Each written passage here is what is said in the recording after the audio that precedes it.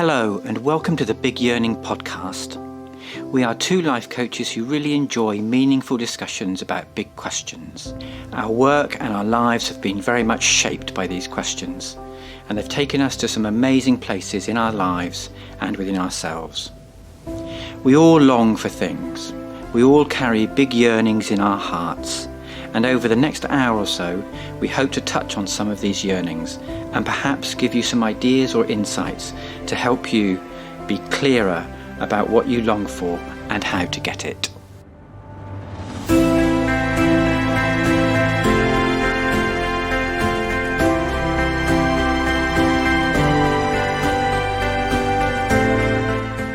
Hello everyone and welcome to episode 19 of the Big Yearning podcast. My name's Neil. I'm the one who's strong on presence, mindfulness and reflection, but sometimes can really struggle with getting some things done. And my name's Alexander. I'm the one who's results focused, driven and inquisitive, but I tend to struggle with being present, appreciating and enjoying the moment. And a really, really warm welcome to new and existing listeners alike. Just to say first off that this podcast really thrives on your feedback and what you would like to hear us talk about. So please do get in touch with us via the Big Yearning Podcast Facebook page or via Instagram to let us know about things you would like us to discuss. And also, if you do know of anybody who you think might really benefit from listening to the podcast, friends or colleagues at work, please give them a heads up about it too. We're really doing this for you folks. We really enjoy what we're doing, but we also want you to enjoy it as well and get stuff out of it. So do pass on the news about the podcast. Okay, so every episode we start with a check-in. And just to say again, we said this last time and the time before, but a check-in is a way of staying aware and conscious of what is alive in us. Keeps us in tune with what we're wanting, what we're needing. And both me and Alexander find it really helpful in terms of keeping us honest and true to ourselves. It keeps us self-aware. Alexander and I, we both partake in regular check-ins throughout the week. So that said, with no further ado, over to you, Alexander. How are you today? Cheers, Neil. Hello, everybody. I'm doing really well. I mean, I'm doing well given lockdown and all the things we're facing individually and as a society right now. I'm personally doing pretty well in the face of all that. January was hard for me. I didn't sleep very well through a lot of January, and we're going to be talking about sleep today, so that's pretty timely. But I'm back into a good pattern with that. The coaching is going well. I'm feeling present and appreciating what's going on a lot. And back into a good practice at the moment. I'm back into journaling. I've been focusing a lot on making my home as beautiful as I can. I had a little IKEA delivery come and I've made my room really beautiful. I've been decorating my coaching space. I've got some new artwork in there that I really love. And the artwork that I've picked is connected to development that's going on within my coaching practice. There's a really interesting direction that it's all going that is unfolding a really profound way of approaching the coaching work that I do. So it just all ties together really well, and I'm really enjoying just beautifying my home. If we're stuck here all the time, we might as well live in the nicest spaces we can create. So that's what I've been putting a lot of energy into lately. I've been chipping away at my 5-year plan. Long-term listeners of the podcast will remember that I was putting that together throughout last year. It took me about 6 months to pull together a really challenging 5-year plan that would move me in all of the right directions, that would pick me up in all the places that I tend to avoid, all the things that I tend to find scary, that I just put off for as long as I can, that it would motivate me through those, and that would bring me all the things that I most deeply appreciate, the things that make me feel most alive, all the things that make me feel just filled with joy in my life. So I've been chipping away at that. It's been hard. You know, I have set myself some really emotionally and intellectually challenging things to do in the first quarter of this year. Some of them really have been, it's been fascinating to watch. Yesterday I sat down to work on one of them that's the most challenging of them for me. And I was just noticing that a few minutes later I was cleaning my room. And I thought, why am I doing this? I didn't sit down to clean my room. I've sat down to work on this thing. So sat myself back down there. Oh, and then I'm off looking at exercise bikes because I'd like more cardio while I can't go to the gym. No, come back onto topic, come back onto focus. So that's been good. That's been, it is just pushing me in the right ways. So I'm proud to have been working away at that. And the only other thing to mention is that this weekend I've got my short weekend course in Soulcraft, which is the Bill Plotkin work that I've been talking about recently and that I've been so appreciating. It's really opening up new avenues for me in terms of exploration, both in my personal life and for my coaching work. So I haven't done any formal training in that, so I'm just looking forward to a weekend, sat down, quite long sort of intensive training sessions in that, and just looking forward to seeing what the teachers are like, what kind of things they're going to bring to us, and just hoping it's going to be, useful, engaging, interesting, inspiring.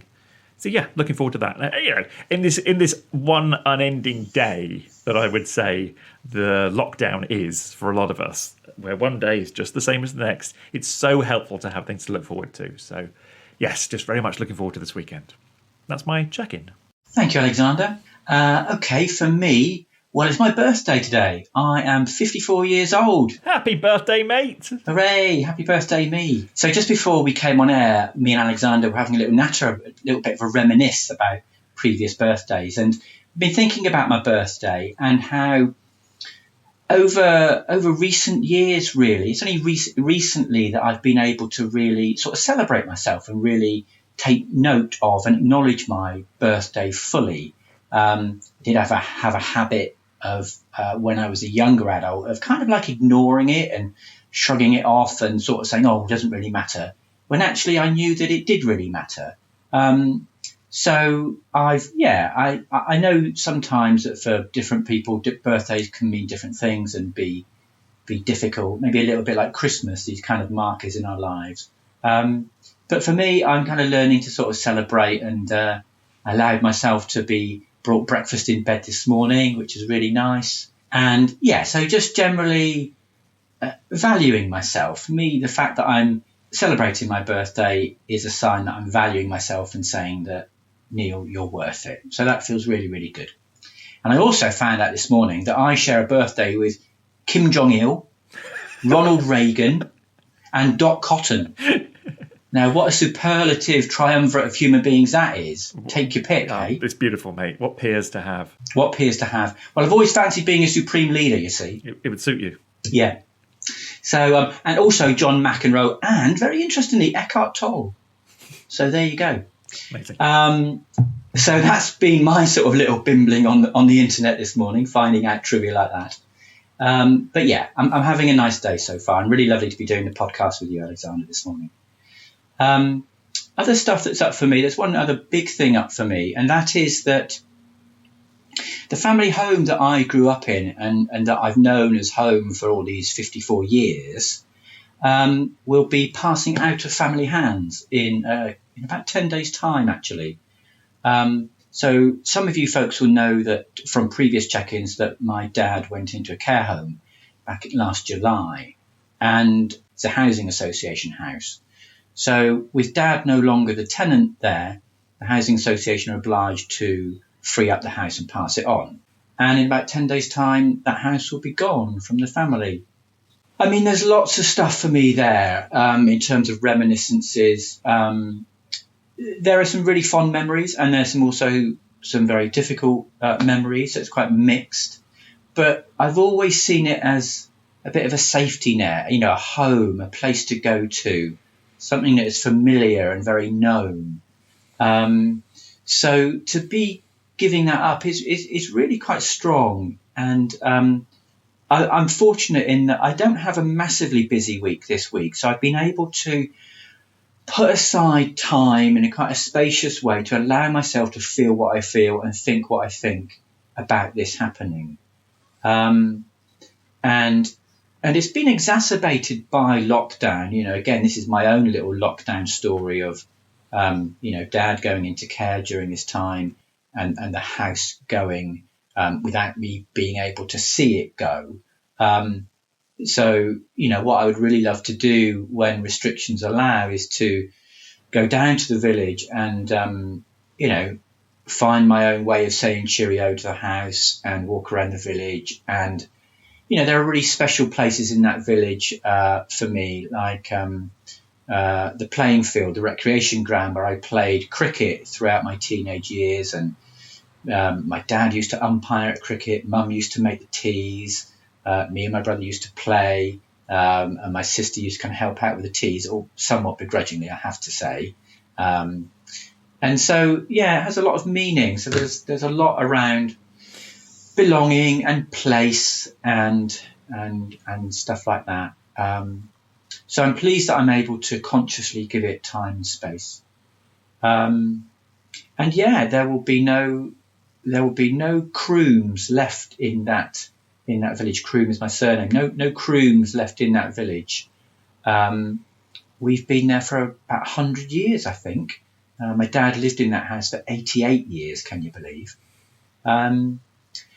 So that's going on for me, and it's really nice to see your smiling face in response to me talking about this, because I know that I've got good friends around me who are sort of like, supporting me around this, because it is quite emotional. So, so that's my big thing that's going on. The only other thing is that I'm well stuck in now to my narrative coaching course. Had 2 or 3 sessions on that. And that's just really lovely to be in a learning environment. Just thinking about what you were saying, Alexander, about your Bill Plotkin course this weekend.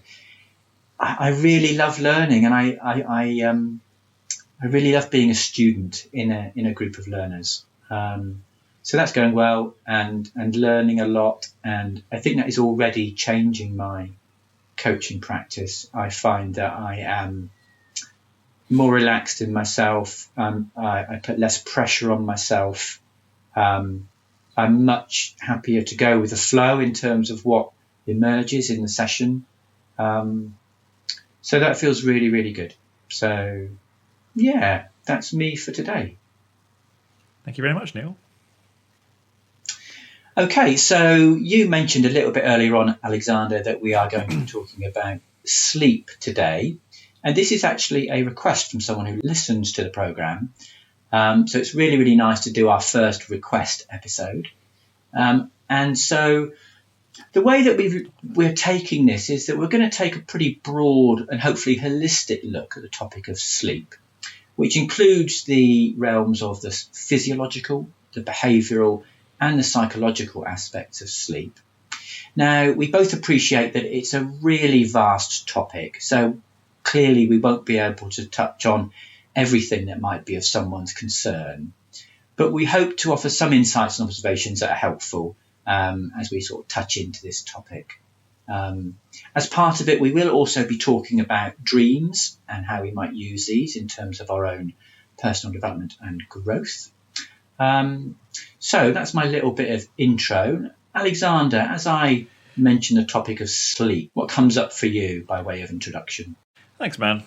As a lifelong insomniac, I do have an awful lot to say about sleep. It has been something that I've just been compelled to focus on for a lot of my life, a lot of my time. It's dominated my experience of each day.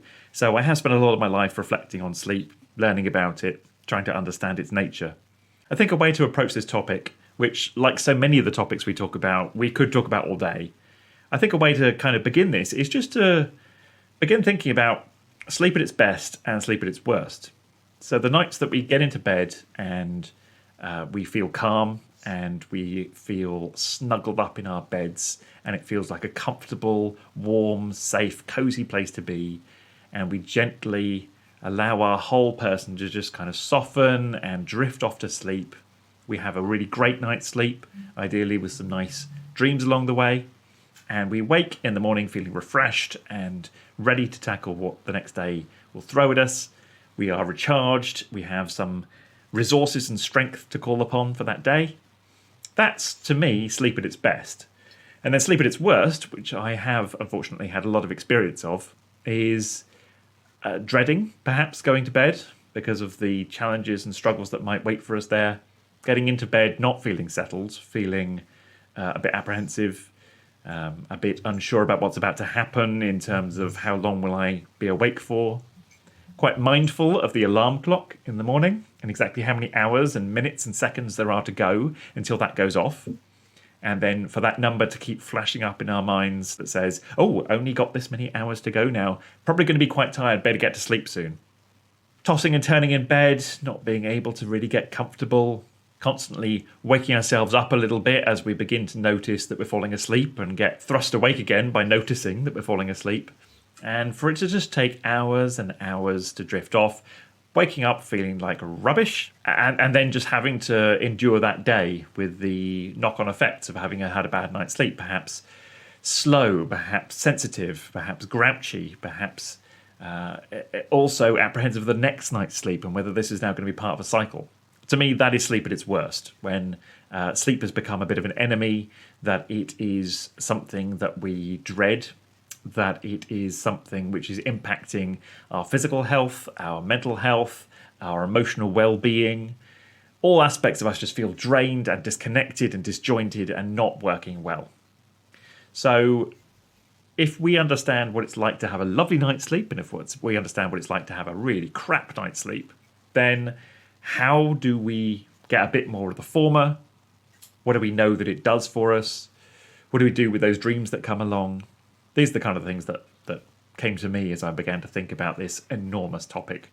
If thinking about good night's sleep and bad night's sleep, what does that make you think of, Neil? Well, firstly, for me, this is a really interesting topic because I know that me and you have very, very different experiences of this.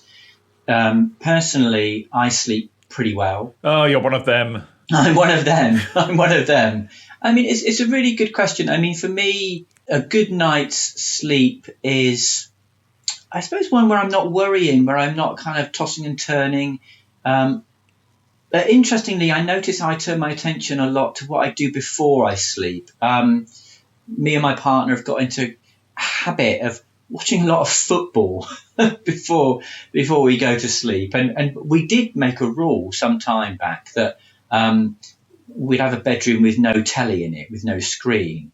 And I think that's kind of gone out the window a bit because of lockdown. But I do remember that when we didn't have screens in the bedroom, I slept so much better, and it was, I kind of dozed off much more sort of naturally. I mean, you may have more stuff to say about this, Alexander, in terms of these hindrances, in terms of us getting to sleep. A good night's sleep, when I think about that, a lot of it is about the bit before sleep.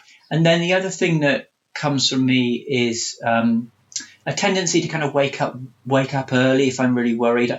I mean, I don't do that so much now, but when I was working in my previous job, I would always wake up quite early and I would always feel quite sort of sleep deprived. So yeah, in answer to your question, good night's sleep is the preparation bit being done well, and waking up feeling kind of refreshed. I mean, at this point, I just want to put one thing in here about, I found out a number of years ago that in terms of human evolution, we're not actually designed to sleep 100% throughout the night. That sleep is actually, in terms of human well-being and what it is to be a human being, sleep is a balance between getting recuperative rest and being aware of threats in the environment or things that need to be attended to in the environment. And I found that really useful because I could easily sort of put pressure on myself to, I must be sleeping throughout the night. But actually, human beings are not designed to do that. We are designed to kind of periodically kind of wake up. And yes, it's true that the sort of threats of wildebeest or whatever, or being eaten by a wolf or whatever, they're not really there for us now. But there are things that we need to maybe wake up for in the middle of the night, like if you've got young children, you need to be aware of their well-being, for example. So for me, that bit of information was really helpful. Yeah, I remember seeing something recently about historians have been looking through the records of what were people's days like during the medieval period, far pre-industrial, pre the time when we needed to turn up for a shift en masse and then do a day's work. Before that, apparently, the accepted and usual way of living your day was you would go to bed quite early, have a bit of sleep, get up in the middle of the night, and then do stuff. And you would be awake for a big chunk of the night. And then you would go back to bed, sleep a bit more, and then get up in the morning, well, I imagine sort of late morning, in order to be about your day again. Apparently, throughout the medieval period, that's hundreds and hundreds of years, that was the accepted way that people lived. Okay.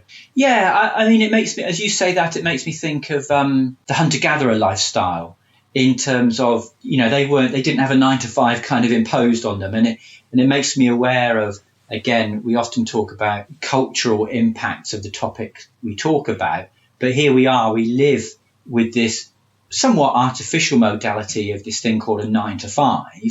And we're supposed to kind of, fit our sleeping around it and our eating and all the other kind of stuff we do. But if you look at the lives of pre-agrarian hunter-gatherers, then, they'll kind of sleep when they're tired or have a bit of a doze any time of day. So, again, that may be another reason why, if we're trying to fit in with something which is a bit artificial, it might be a bit difficult for people. We are wonderfully adaptable. It really, that transformation, we have, however long humans have been around for, 200,000 years, and we've been settled, domesticated species for 5 to 8,000 of that. So the vast, vast majority of human experience has been spent living completely enmeshed with nature, being part of nature. Hunter-gatherers actually didn't travel that far, but being relatively nomadic within a certain area, you would learn where the animals are, what their migratory patterns are. You would have songs and stories which tell you where to gather roots from and what is safe to eat and what's not safe to eat. You'd be really living part of this world. And in that world, sleep, it becomes a completely different thing. But because we're born into a certain way of doing things, because our brains are such a massive thing within this particular animal, we're able to adapt to this bizarre and odd sleeping pattern. So I think it is important to bear in mind that we're an animal. I think we're going to be talking about sleep habits and how you wind down for sleep and on the different things that can get in the way of sleep. And so I think it's really important to bear in mind that we're just a mammal. We happen to be a mammal that's smart, that's managed to create civilization and science and all these technological breakthroughs, and we managed to live for a long time because we've managed to understand all sorts of things about the way that health works. But at its root, we are just a mammal. We're not that different from a bear or a deer or a wolf or a fox or whatever. Yeah, I mean, as you talk about that, it makes me think that, I agree with you very much. So we need to look at sleep as a very, very fundamental human need. Yeah, an animal need, yeah. Okay. When I was looking at this topic, I did a little bit of research around it. I came across these figures, came across some figures from the National Centre on Sleep Disorders Research in the US, there's one for you, who reckoned that we spend 26 years on average asleep in an average human lifetime, which I guess is around about, say, 75 years at the moment. And really interestingly, an additional 7 years in trying to get to sleep. Now, I think that is an amazing statistic if that's true. And I suppose that indicates to me the challenging problem that getting to sleep and sleep in general can be for some people. And again, just taking a cursory glance at the NHS website, which is a really good resource on this sort of stuff. They say there that 1 in 3 of us suffer from poor sleep in some shape or form.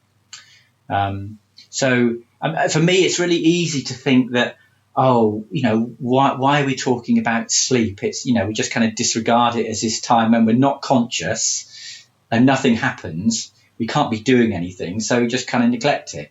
But actually, when me and you were talking about this episode, I think one of the things that came up for me was not just seeing sleep in isolation, but seeing sleep as something that follows something that you've done in a waking state and precedes something else that you do in a waking state. And it impacts on both of those. Okay, so I think now would be a really good opportunity to hand things over to you, Alexander, to speak to common sleep problems and how they might be overcome, or what things people can do. Okay, thank you.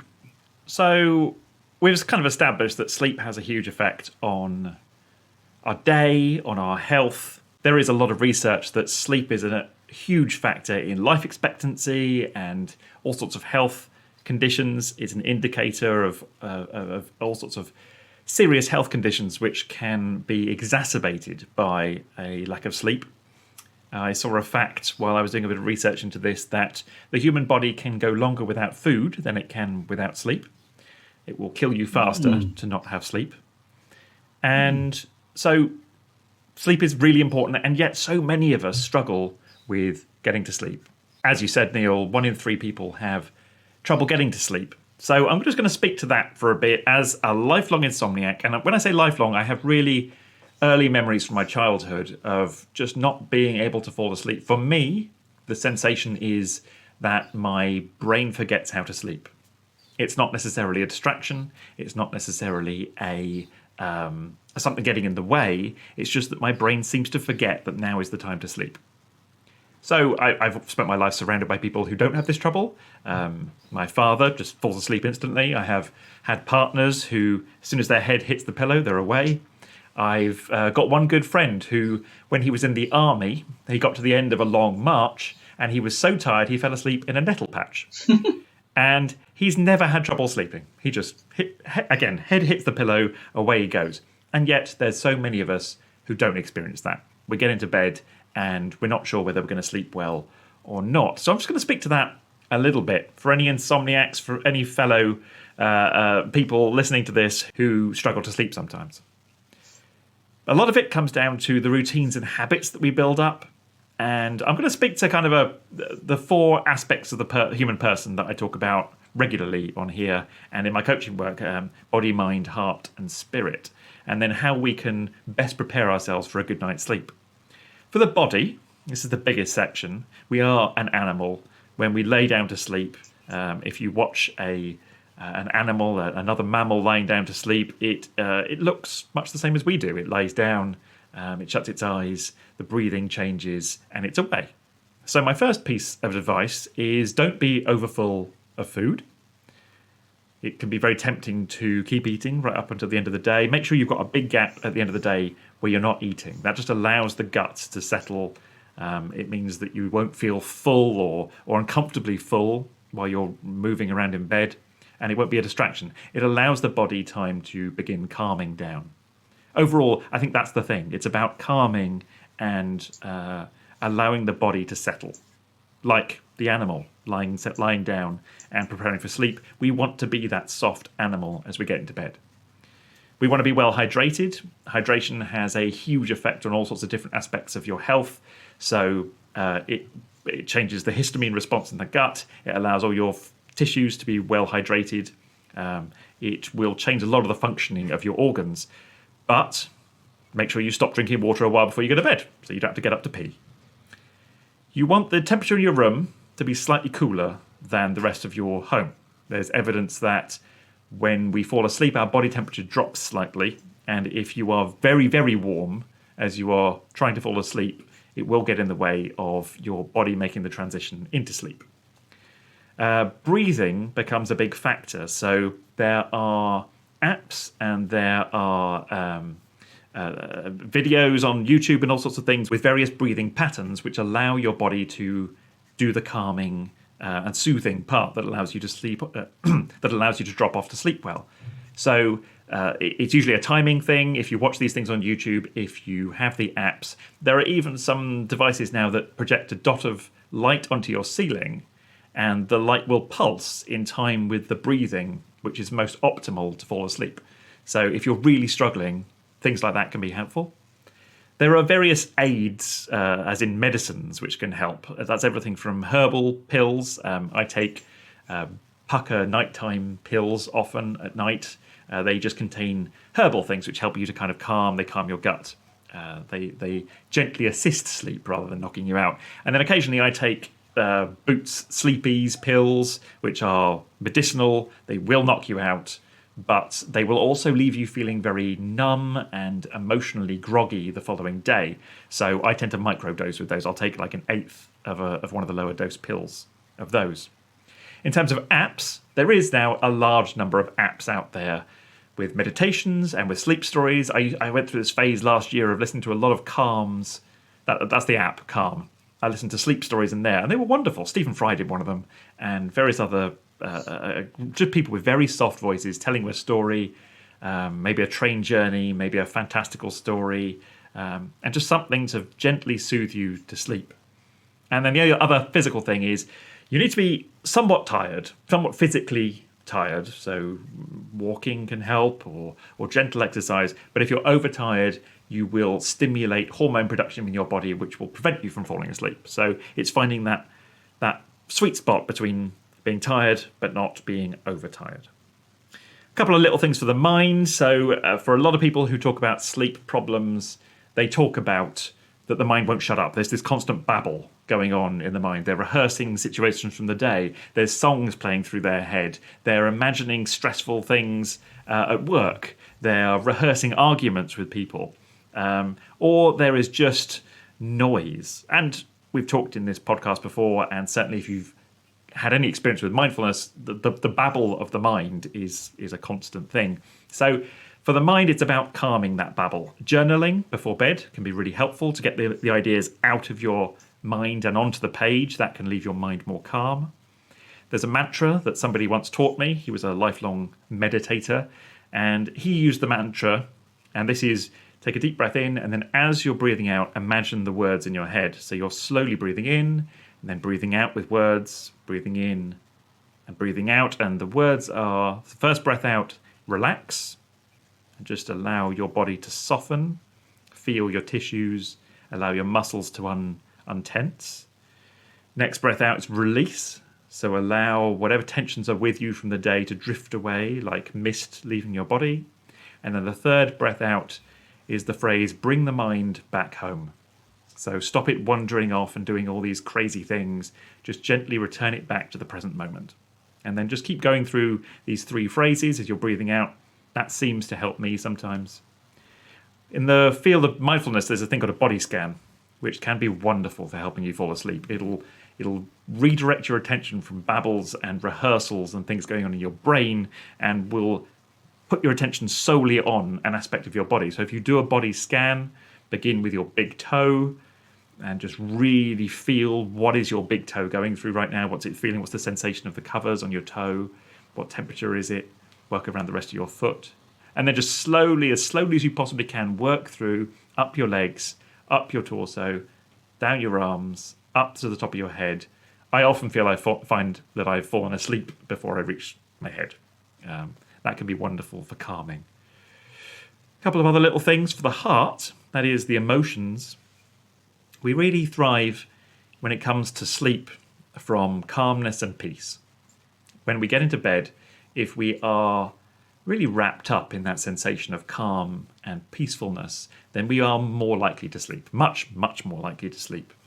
So stresses and anxieties and worries will keep you charged. It will shift the hormones in your body.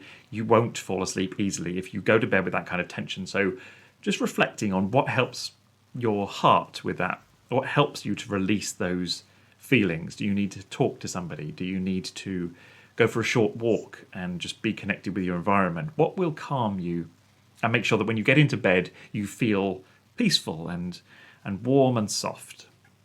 And then the only other thing for the heart, I saw a stat the other day that was that people who earn a lot of money tend to sleep well. And partially I thought, well, I think probably you could flip that and say people who sleep well tend to earn money because they probably function better within an industrial kind of situation. But I think there's also something there about, okay, so what do rich people have that helps them sleep well? Well, they probably have a lot of reassurance from their environment. They probably have a lot of people giving them feedback that they're doing well and that they are succeeding. They probably feel safe. They probably have a situation in their life. Their home feels like a safe place. Their job gives them a sense of security. They probably feel part of something. They probably have some sense of belonging in terms of they show up at work, they do a good job, they give it their all, they are given positive feedback, they are with a team of people, and then they go home and whatever it is. I think that those things, when I read that thing, rich people tend to sleep well, I thought, well, there's probably a deeper story there. And I think a lot of it comes to that a lot of the things that our hearts need maybe are more available to those people. So I think this comes back to the big yearning concept. How do we give ourselves more of those things in our lives so that we feel the things that our heart yearns for when we are approaching sleep? And then one thing to say to the spiritual aspect of us: if you have a spiritual life, if you are inquisitive about that, if you are experiencing that stuff, then I think there is just a bit about making sure that you are spiritually prepared for your sleep. Though there are people who believe that when we're sleeping, we're more receptive, and that we're more connected with the other. So just do some preparation around that, perhaps some meditation, perhaps some softening of the heart and the gut, and just a receptiveness and a surrender I would encourage around sleep. Certainly those are things that I associate with my best sleep cycles, the points where I'm at my most, I'm going to get into bed and I know I'm probably just going to sleep fine, I'm probably just going to drift off. I have this sense of softness as I'm getting into the covers. Okay, I've been rambling for a while. I hope there's some useful stuff in there for whoever's listening. That's certainly some things that have helped me. Yes, Neil, you're smiling at me. You speak, Alexander, as someone who really knows this experientially from the inside out. And you mentioned a lot of really useful things there. And I was just wondering if there were kind of two or three, in your life right now in relation to sleep that are real kind of go-tos for you. What would they be, would you say? I would say that right now I have, I was talking about sleep stories and sleep apps. I discovered a guy on YouTube. So ASMR, for anyone who doesn't know, I can't remember what it stands for, but ASMR is a big thing on YouTube and other places. It's about videos and sounds which are very sensual. So they're very slow and deliberate and beautiful voices. And there was a thing called accidental ASMR, and it was a guy called John Butler talking about, no relation, a British guy from the north talking about his spiritual experience and his meditation experience. And he just has an incredibly beautiful, soft voice. And he speaks slowly and deliberately. And I found that, for me, that welcomes me into that calm, receptive, gentle place as I'm trying to sleep. So that's one that's really up for me at the moment. And then I would say that just making sure that I'm approaching the end of the day with some sense of physicality. I've been for a walk or I've done some stretches. I feel my body. I don't just feel like I am a mind and a pair of eyes being moved from place to place by a body, but I feel a body. So that's quite important for me right now. Okay, great, thank you. I mean, me and you talk a lot. We check in on a regular basis, and so I know from you that it can be a challenge. So if I don't sleep well for more than 3 or 4 days, and sometimes I can get stuck into an insomniac cycle for weeks at a time. And after a few days, it impacts my confidence and my ability to think things through clearly, and sometimes even my mental health. So it does. Yes, this is a big factor for me. Yeah. Well, thank you for sharing. I really appreciate the depth that you've gone into there around sleep. Thank you. Well, what I realised, I think a few years ago, maybe 5 or 6 years ago, I realised that this was such a big factor. This was probably the single biggest factor that was disrupting my life in terms of my well-being, my business development, all sorts of things. And so I just chose to go and get the information. The information is out there, and the bigger something is in our lives, surely the more attention we should bring to it. But for years, I had just been hoping each night that I laid down, I would fall asleep. So I went, and the first thing I started with is a book called Say Goodnight to Insomnia, which is a CBT-driven book, and it just takes you through steps to learn how sleep works and then approach sleep in a new way. And then since then, I've just been, just hoovering up all the information I can get. Okay, thank you. I'm just thinking about, you mentioned those 4 aspects of the human being, that kind of model that you use. And I want to sort of, on the back of that, kind of turn to the more kind of mind and maybe even the more kind of spiritual aspects of sleep, or some of those aspects. And I want to say a little bit about dreams. So dreams, we all dream, obviously. And this is the part of our part of our minds, a part of our being that processes unconscious emotions and thoughts, the kind of stuff that, for whatever reason, we can't bring into consciousness in our waking hours. And we can see dreaming as a kind of sorting and sifting process, which goes through all the kind of psychological and emotional material that is amassed in us throughout a day or several days. So it's very much the being doing its work at night. So again, rather than thinking about sleep as a time where nothing happens, actually sleep is a time where an awful lot happens. So me and Alexander, we're not dream experts. We're not going to be talking here in this short piece about interpreting dreams in terms of certain symbols have certain universal meanings. We're not going to talk about that. But certainly from my experience, in recent years, I've started to kind of pay more attention to my dreams in terms of what messages they might be trying to tell me, not necessarily in a kind of very linear or kind of didactic cause-effect way, but kind of stirrings that my dreams prompt, I guess. So you can kind of see dreams as really a springboard or one springboard for exploring your inner world. So for me, one of the things that has evolved for me over the last few years is what I call tracing the history and the antecedents of a dream, piecing things together in a way that makes sense for me. So if I have a dream and I wake up in the morning, I think, goodness me, what on earth was that about? In a very kind of common sense and everydayish way, I kind of look back over the last sort of 2, 3, 4, 5 days and think, okay, what could have prompted that? What could that be connected to?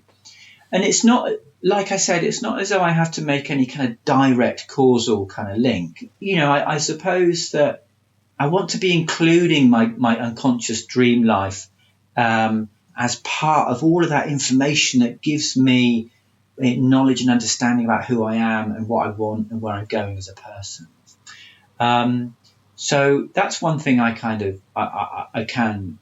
do tend to do, sort of see the dream in the context of the rest of my life and not just see it as some kind of out of left field, kind of strange, weird occurrence. And related to that, one of the things that I find is that, I have recurring dreams, many, many more as a kid than I do now. But one of the things I kind of watch out for is what change or, in inverted commas, progress has there been in a recurring dream.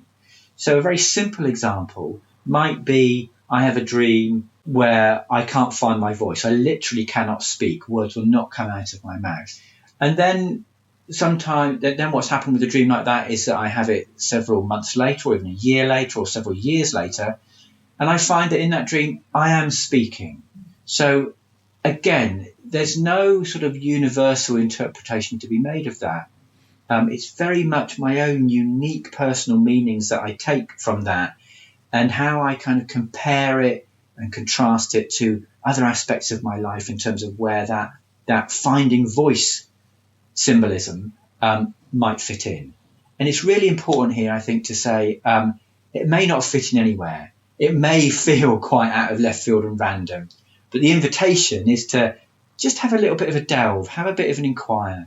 I'm going to stop at that point. You're nodding a little bit. Again, when I say to you, meaning of dreams for you, or what role do dreams kind of play in your life?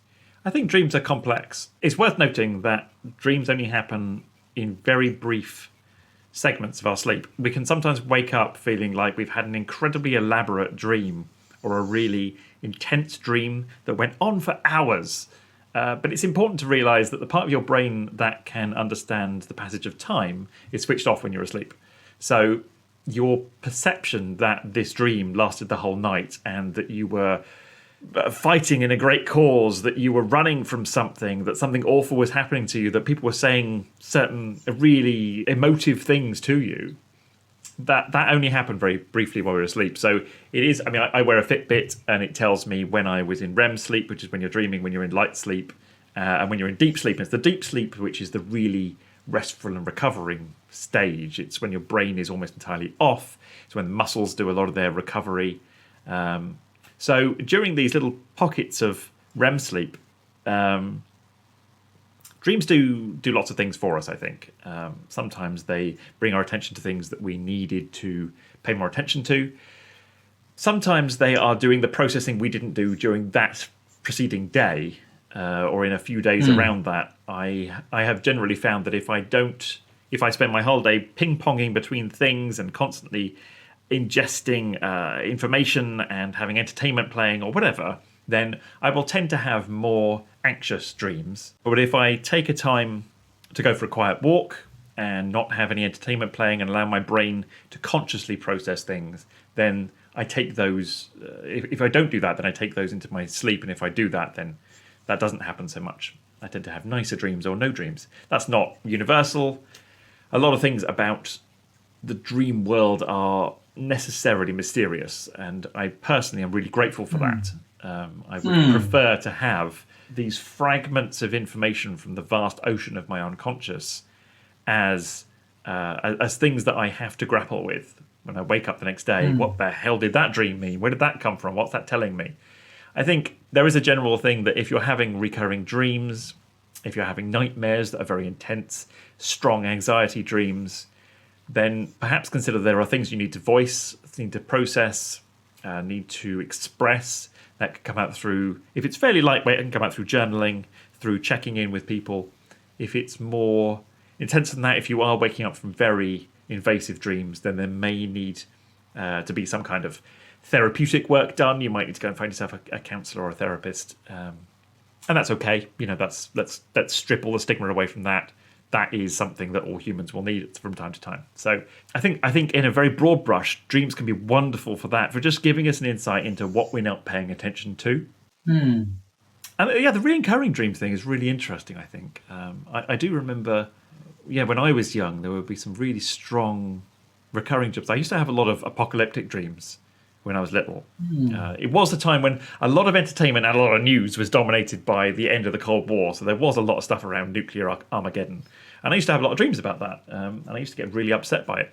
And I think that is partially me processing the latent fear that the whole world is going to come to an end. But I think that there's really interesting things there around which parts of this dream are my interpretation of things in the real world and which parts are just me, my inner landscape, my fear of a destruction of self.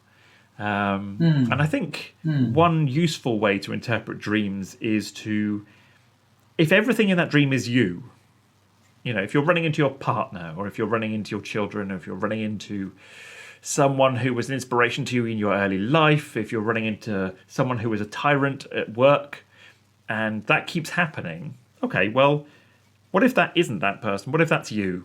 What if that's some aspect of you and the way they're treating you, the way that you're treating yourself, a message that's being ping-ponged back and forth between aspects of being?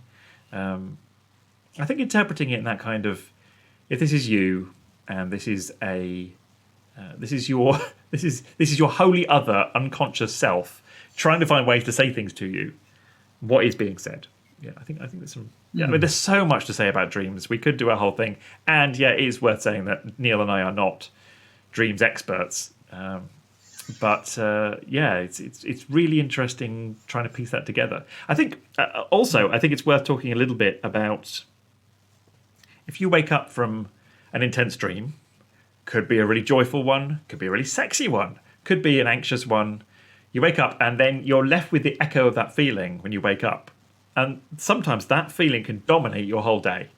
If you wake up from a terrifying dream, you may well have, your body has had a physiological response to fear.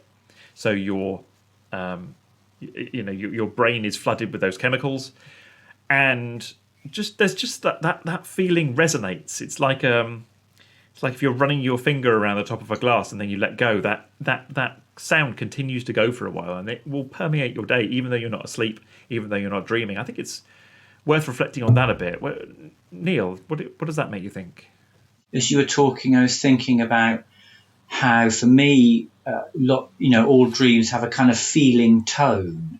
And, so it's not just something of the mind, of a kind of cognitive or symbolic nature. I kind of wake up and I can feel sad. So there's something there for me around giving it space and time, and it's like, I suppose it makes me think of, Alexander, is that, the unconscious is almost kind of communicating with the conscious. There's this kind of dance that the unconscious almost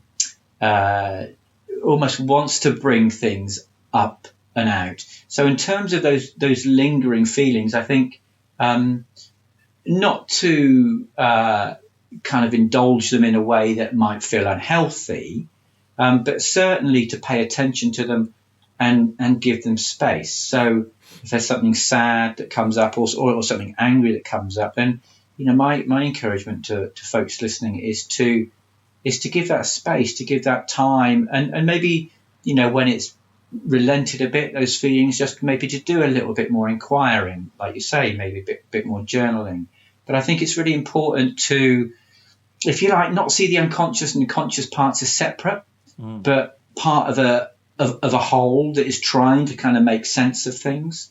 And you also alluded to, this fragmentary nature of the unconscious and things that you obviously won't know about because they're unconscious. And I suppose it makes me think that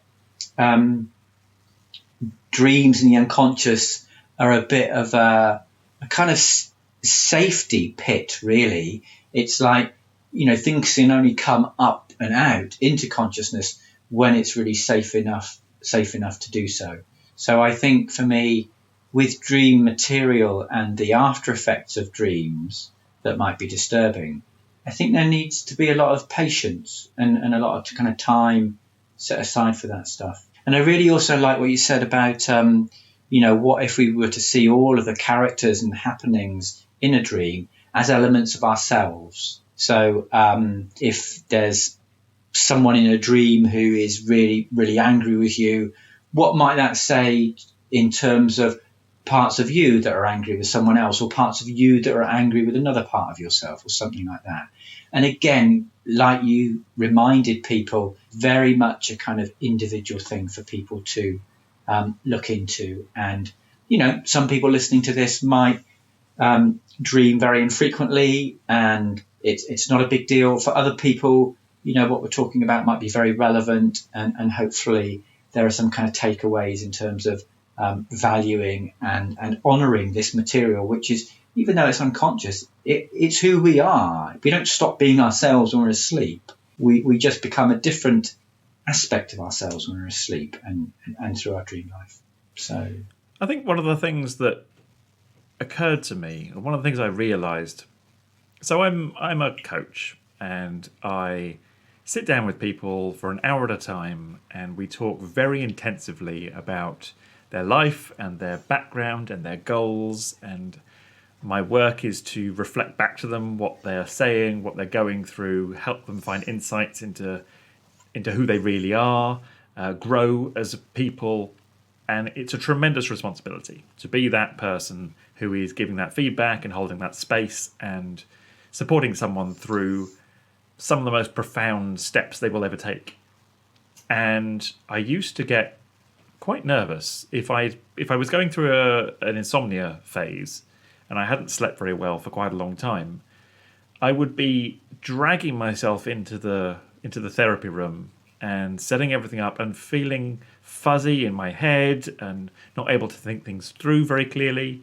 And I think for a while I kind of dreaded coaching sessions at that time, because how am I going to do a good job for this person when I feel this rough? And almost universally, I would find that I would reach the end of the session having done a really good job. And one of the things that I learnt through that is that while my cognitive, my conscious thinking self is impacted by a lack of sleep, my emotions are basically unaffected. My emotions will continue to function just as well, and almost more effectively, because I am so sensitive and I can't rely on my mind so much. So what I did is I just shift my focus away from entering those spaces with a lot of conscious control and a plan and being really incisive, and I allow myself to be emotionally led.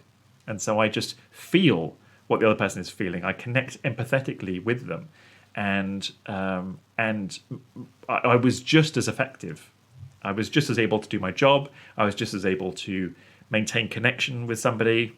I was just as able to be a good friend to my friends, and that was really reassuring for me. So I want to offer that to anyone listening to this, that if you do go through phases where you are struggling to sleep, then it might be helpful to bear this in mind, that if you can't rely on your mind so much because you can't think as clearly, because everything feels fuzzy and your head feels like it's full of cotton wool, perhaps rely more on your emotions and just allow yourself to feel situations more and allow yourself to develop more empathetic connections with people. Thanks, Alexander. Okay, that seems like a really good place to round off. We are roundabout up for time this week. So thank you for listening. If there is anything that's come up for you in this episode, please do feel free to drop us a line and pop that onto the Facebook page or onto the Instagram page. That would be really lovely. As I said at the beginning, and we say at the beginning and the end actually of each episode, it'd be really, really good to hear from people. We really love your feedback. And if there is anything you would like us to take on as a topic, then please do let us know. The topic for the next time, which will go out on Monday, the 8th of March at 5 p.m, is toxic positivity. Okay, so do tune into that. That will be really, I'm really looking forward to that. I think that'll be really, really meaty and chunky, I think. Me too.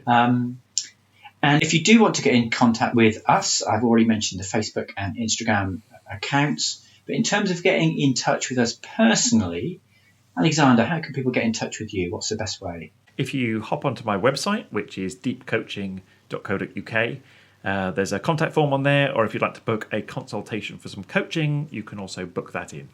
Great, thank you. For me, the best way to get in touch with me is via my website, which is coachingforlifefroom.co.uk, and just leave me a message via the contact details there. Okay. Thank you very much for listening, everyone, and we very much look forward to seeing you next time. Cheerio for now. Thanks, everybody.